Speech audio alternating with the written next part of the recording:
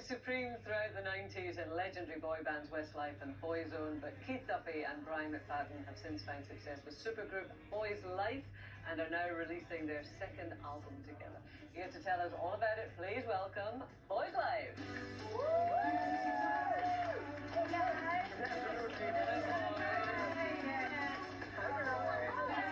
Having them in the studio and a roundabout being naughty this morning. I know. Very nice. You are naughty.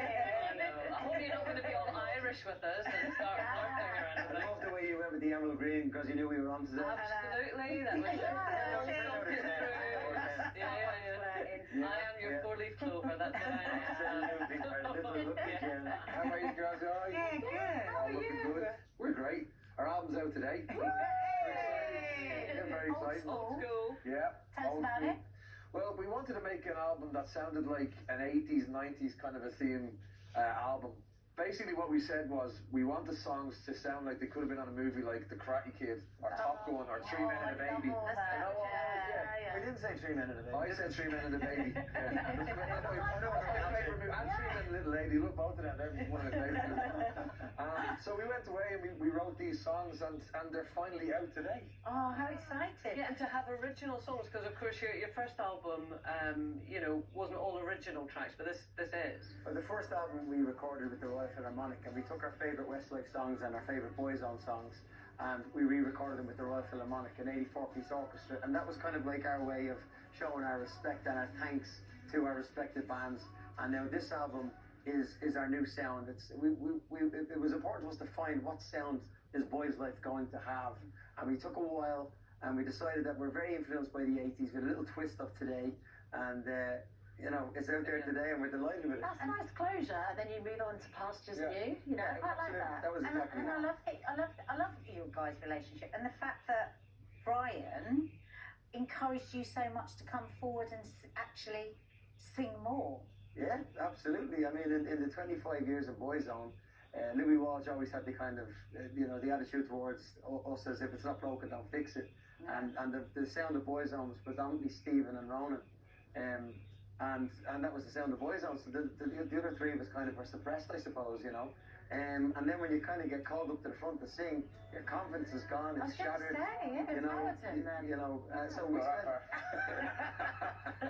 we just spent 8 months though, literally going through vocal coaching and just getting myself up to speed. Well, the hardest part was getting you to unlearn the songs, wasn't it? Yeah, I kept getting all the Boyzone songs, the lyrics wrong.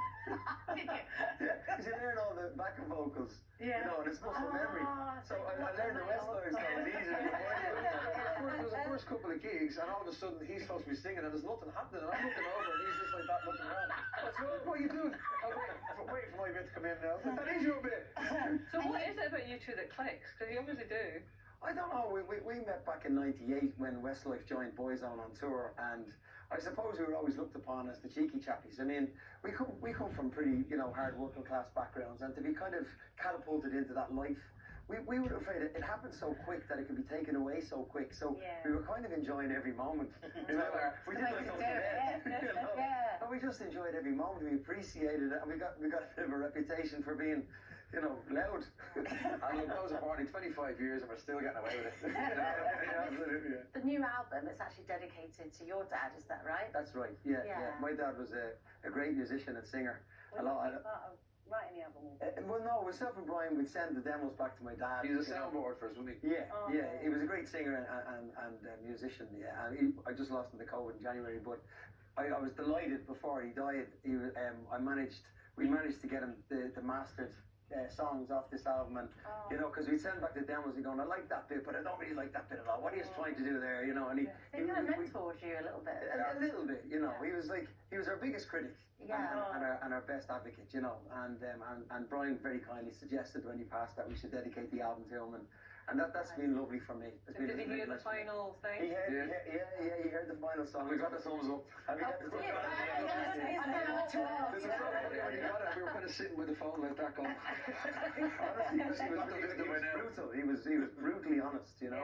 He didn't hold back, and for years in Boyzone he was very disappointed. He wouldn't come to see some of the shows because he just thought it was a crime that the other three of us were suppressed so much. You know, so with Boyzlife he became You know, he was really proud. Your biggest It was, fan. it was great that I got the opportunity to show him that before he passed, which was amazing. Yeah. And Brian, last time we saw you, of course, you were engaged but not married. You Still engaged. You haven't still engaged. After the same one. You've changed. And you've got a gorgeous baba. Ruby, yeah. Oh, we just saw a She's picture actually of watching. her. But She's the cutest. It's her birthday on Sunday. She's one on Sunday, so she's already older than Brian. oh no, it's been the most amazing year. And you know what the great thing was, because of COVID, we obviously had that forced break to be at home. So I got to be with Danielle all during the pregnancy, and I've got to spend so much time with her since she's been born. And it is amazing. It's the most amazing experience, you know. And I missed all of that with Molly and Lily, because obviously I was in Westlife, and back then we didn't have FaceTime, and we didn't have, you know, the It's things we have amazing now. how many men that we've had on actually Yeah. through lockdown that have said this and really meant it, and you can tell it's true.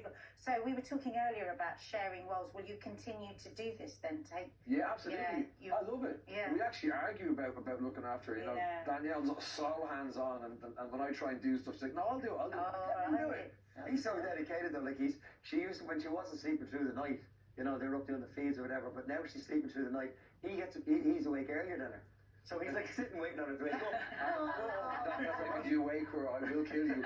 So I'd even try to make noises like with bottles and stuff to try and get her up. I'm trying to play with her. What's something to play with? Are you surprised how much you love it? No, because we obviously went through so much to have Ruby. You know, we had our miscarriages and all the IVF treatments. So when she arrived, you know, it was such a miracle. It was such a miracle when she arrived.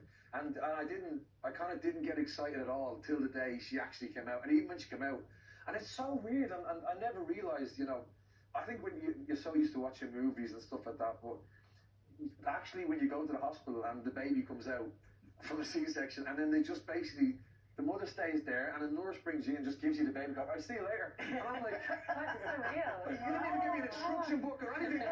You're trusting me. Seriously. I'm just looking at this little tiny thing. I'm like, what do I do now? Big responsibility. Yeah, it is. But it's amazing. It's interesting. I've never heard that angle on the cesarean actually before. You think to yourself, oh, it's a surgeon, you'll have doctors looking after the baby, and you'll go back outside. No, they just give you the baby. Yeah. And we forgot, because we were actually playing golf when Danny went into labour, because we were due to have a How C-section. traditional. No, this is the truth. We were due to have a C-section on the Sunday, and Danny went into labour. We were playing golf, and on the 16th hole, her water broke. Oh, she was right off with you. Yeah, Oh, she, I love it. she finished the game. Oh, She finished the game, and then we went to hospital. So I had nothing packed, so I had no nappies. So the woman was like, "Where's your baby?" You mean? That's what I mean. When she gave me the baby, the nurse, she's like, "Where's the nappies?" I said, "They're back in the house." So I had to make a nappy out of a towel, and it was just. Oh, that's so cute. That's a modern story. I could actually listen to you two all day. Yeah, but we can't, We've got 10 sadly. seconds left. And I need to say, the album is out today, and they're off on tour in the September, autumn. yeah, In yeah. September. Yeah. Okay. Thanks very much, Cheers. Brian. Thanks, Lynn. That is it for today.